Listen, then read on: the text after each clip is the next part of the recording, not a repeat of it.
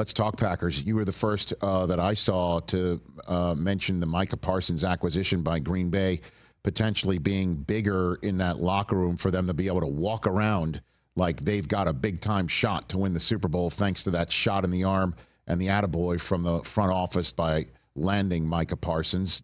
Did you see that in week 1 against the Lions? Did you see that, Chris? Yeah, as somebody who took them in the North and thinks that the Micah trade changes everything, I was really pleased to see what I saw from them. I mean, like, I'll say this. Micah Parsons played 29 snaps. He makes a big difference when he's on the field, obviously. In that matchup alone, you see that you take him in the Penei Sewell matchup, that offensive line has taken a step back. They're replacing or reshuffling 3 guys on the interior. You've got, obviously, Mahogany having to play a lot of snaps now, Glasgow at center, Ratledge, who's a rookie, and then Decker at left tackle.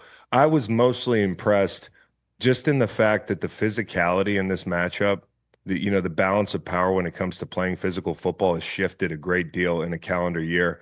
I think, a lot of people, when if you're a Packer hater, when they ship, their stud defensive tackle away, who's been there almost a decade, everybody says, well, they're not going to be able to stop the run anymore. Kenny Clarkson, Dallas. I think the interior is ready.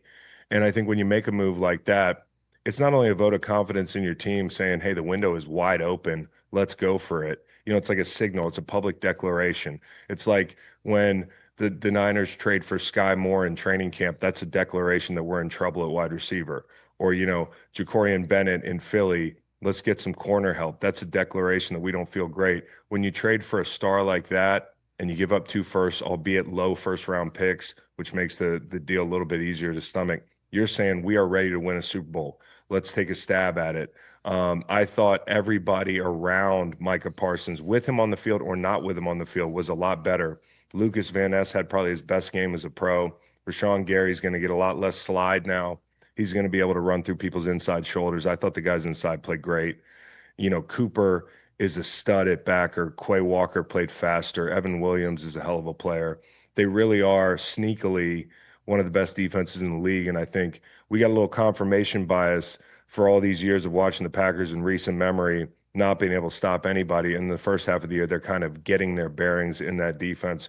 The second half of the year, remember, they were they walked around like a top 10 defense. And when they played the Eagles in the playoffs, one of those scores in a relatively low-scoring ball game for the Eagles was the result of a special teams mishap right off the bat in that game. So the Packers are coming into this season, and I feel like a lot of people are overlooking them, and then they make the trade for Micah Parsons. It really unlocks everything for them.